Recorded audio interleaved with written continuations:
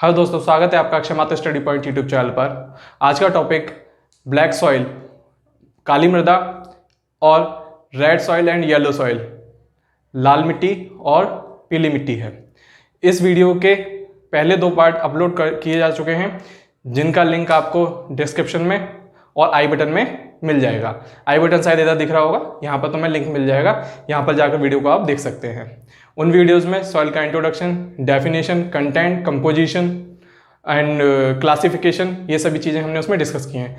Second part में alluvial soil, nutrients, nature, ये सभी चीज़ उसकी डिस्कस की जा चुकी है। आज का टॉपिक जो है वो है ब्लैक सॉइल, काली मिट्टी। तो काली मिट्टी कैसे बनती है, काली मिट्टी का रंग काला क्यों होता है, और उसमें क्रॉप्स क्या क्या उगाई जा सकती हैं, और उसमें क्या क्या कंटेंट पाए जाते हैं, या फिर उसकी फर्टिलिटी के लिए क्या क्या उसमें इम्पोर्टेंट कंटेंट को देखा जा सकता है, किस किस की कमी मिलती है, इन सब चीज़ों के बारे में हम डिस्कस करेंगे। साथ ही साथ उसकी लोकेशन कहाँ है, इन सब को डिस्कस करने वाले हैं। तो देखो, जो ब्लैक सॉइल होती है उसे हम रैगर सॉइल के नाम से जानते हैं, या रैगर मृदा के नाम से जानते हैं। इस मिट्टी की एक खासियत होती है, इसमें कपास की खेती बहुत अच्छे तरीके से की जा सकती है। काले के साथ गोरे का कॉम्बिनेशन होता है कि काला प्लस सफ़ेद, तो सफ़ेद रंग की कॉटन या कपास तो इसमें बहुत अच्छे से उगाई जा सकती है। तो इसमें जो मुख्य खेती होती है वो कपास की होती है, ठीक है। और इस मृदा का रंग काला इसलिए होता है क्योंकि इसके अंदर एक चीज़ पाई जाती है जिसका नाम होता है टेक्नीफेरस मैग्नेटाइट, ठीक है। तो चलो मैं नोट्स की तरफ चलता हूँ, जैसे मैंने लिखा हुआ है इसे समझाने की कोशिश करता हूँ, ठीक है। तो जो ब्लैक सॉइल है इसका काले रंग का कारण होता है टेक्नीफेरस मैग्नेटाइट। टेक्नीफेरस मैग्नेटाइट हिंदी में लिखा हुआ है, देख लीजिए, ठीक है। इसको और नामों से क्या जानते हैं, रैगर सॉइल, रैगर मृदा, कॉटन सॉइल, कपास वाली काली मिट्टी। वैसे जो रैगर सॉइल है ये मोस्टली पूछ लिया जाता है कि रैगर सॉइल किसके लिए प्रसिद्ध है, या काली मिट्टी के लिए क्या नाम हम प्रयुक्त करते हैं। अब ये जो मृदा होती है ये मोस्टली पाई कहाँ जाती है, तो ये कहाँ पाई जाती है, दक्कन प्लेट्यू, दक्कन का पठार। देखो, जो दक्कन का पठार है वो कैसे फॉर्म हुआ होगा, इन सब के ऊपर हम अगले टॉपिक्स में डिस्कस करेंगे। जैसे भारत है, ठीक है, इस तरीके से समझ जाइए, कुछ इस तरीके से भारत है। तो ये जो रीजन है यहाँ वाला, ठीक है, ये दक्कन का पठार है यहाँ तक, ठीक है, कुछ इस तरीके से है।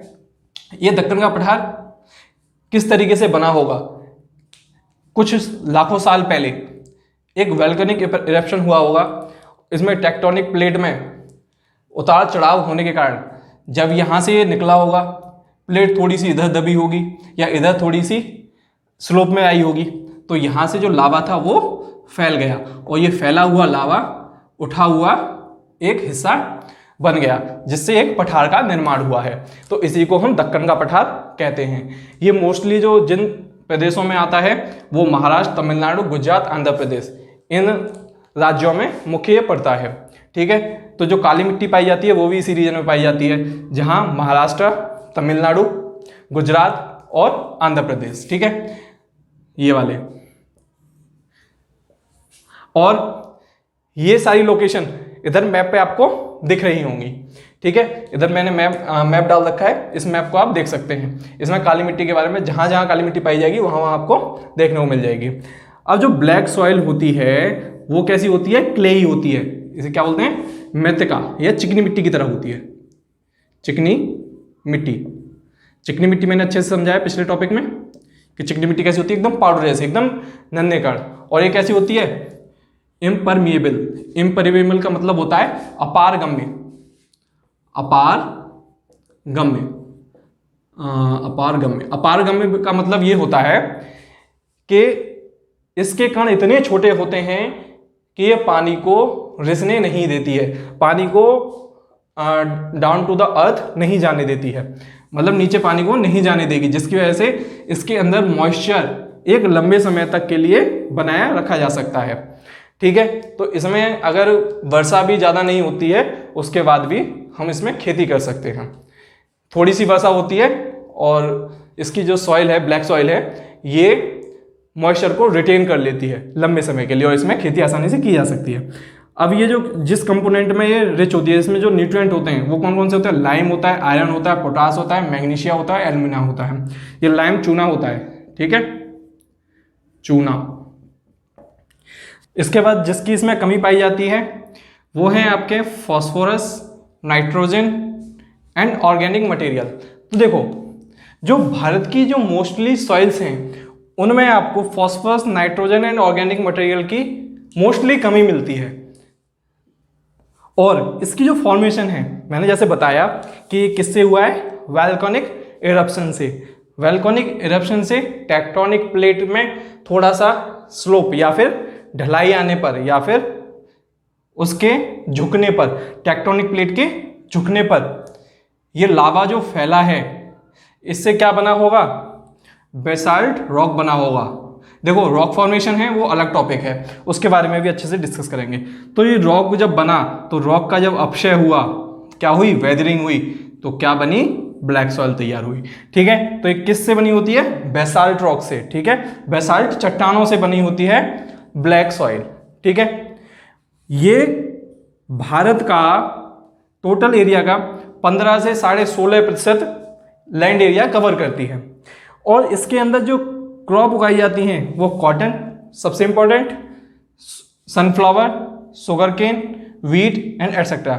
शुगर केन गन्ना, वीट गेहूं और सनफ्लावर सूरजमुखी का फूल, ठीक है। तो ये यहाँ पर खेती अच्छे से की जाती है, ठीक है। अब रेड सॉइल को हम डिस्कस करने वाले हैं कि रेड सॉइल कहाँ पर पाई जाती है और रेड सॉइल का कलर किस वजह से लाल होता है, ठीक है। तो जो रेड सॉइल है, रेड सॉइल का कलर लाल फेरिक ऑक्साइड की वजह से होता है। किसकी वजह से होता है? फेरिक ऑक्साइड की वजह से होता है। और ये जो सॉइल होती है वो मोस्टली कहाँ पाई जाती है? Eastern and southern side of Deccan plateau. इधर देखो मैप पर, जो ईस्टर्न साइड है, देखो सबसे पहले डायरेक्शन को समझ जाइए कि जो ये वाली साइड है वो ईस्ट, ये वेस्ट, ये नॉर्थ और ये साउथ। हमारा इंडिया कुछ इस तरीके से है ना, ऐसे, ठीक है, ऐसे है। और यहाँ पे हमारा है दक्कन प्लेट्यू, ठीक है, कुछ ऐसे रफली आइडिया लगाइए, ठीक है। तो हमने क्या बताया? ईस्टर्न साइड, तो ईस्टर्न साइड ये वाली साइड इस रीजन में मिलेगी आपको रेड साइड, दक्कन प्लेट्यू के सदर्न में। और ये साउथ साइड जो केरल वगैरह जो होता है, हमारा केरल जो स्टेट है उस जगह आपको ये मिल जाएगी, ठीक है। अब ये रेड सॉइल जो होती है वो डेवलप किस में होती है? Develops on crystalline igneous rock in area of low rainfall. जहां पर कम वर्षा होती है, जहां पर कम वर्षा होती है उन एरिया में ये बनती है सॉइल। कहां पर? इग्निशियस रॉक के क्रिस्टलाइन फॉर्म में।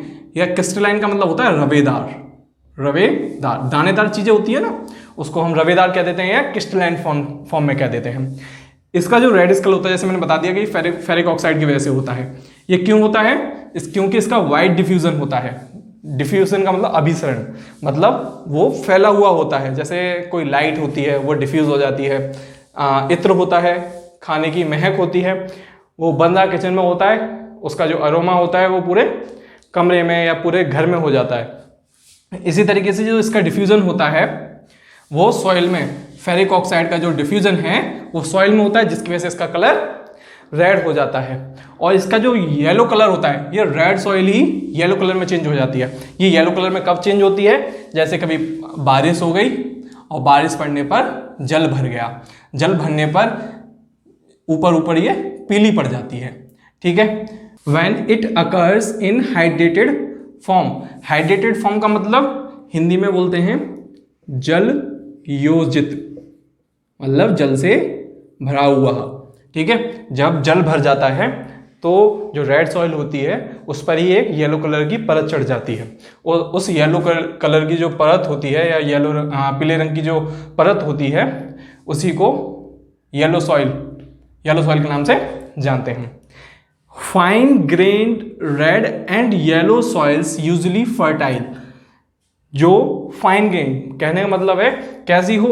मृत्तिका जैसी हो। कैसी हो? मृतिका। कहने का मतलब क्या है कि उसके जो पार्टिकल्स हैं वो बहुत छोटे छोटे होने चाहिए। अगर वो छोटे छोटे पार्टिकल्स हैं तो वो यूजुअली फर्टाइल मानी जाएगी। लेकिन जब ये कोर्स ग्रेन्ड सॉइल होगी, जो कि ड्राई अपलैंड, ऊंची शुष्क भूमि, ऊंची शुष्क भूमि,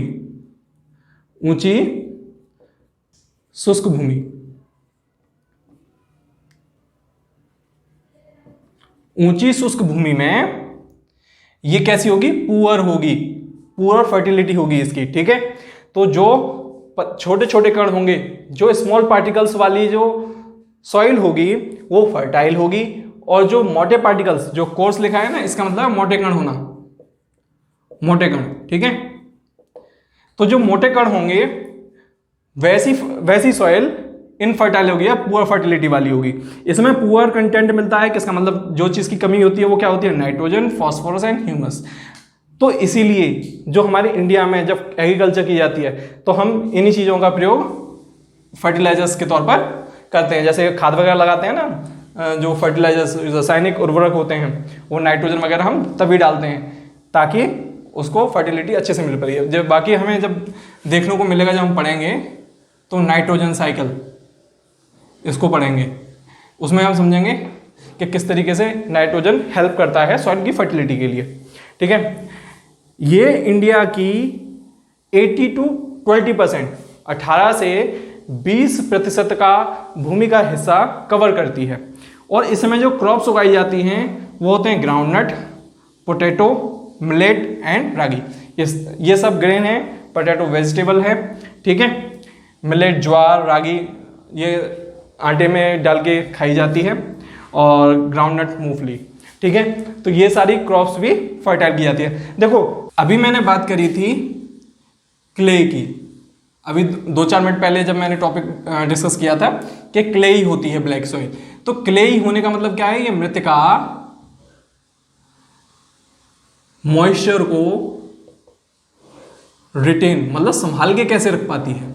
देखो, जितने छोटे कण होंगे उतनी ही उनकी कैपेसिटी ज्यादा होगी पानी को एब्जॉर्ब करने की या जल को सोखने की।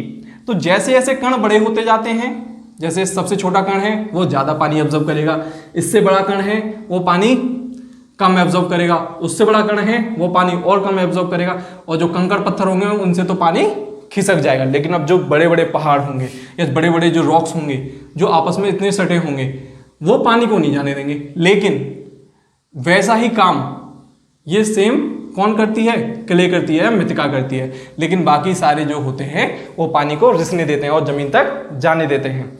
इसलिए जो क्ले होती है वो लंबे समय तक मॉइस्चर को रख पाती है, और मॉइस्चर रख पाएगी तो खेतों की फसल के लिए वो बहुत इंपॉर्टेंट रहती है कि अगर पानी भी ना मिले तो वो अपना काम दिखा पाए।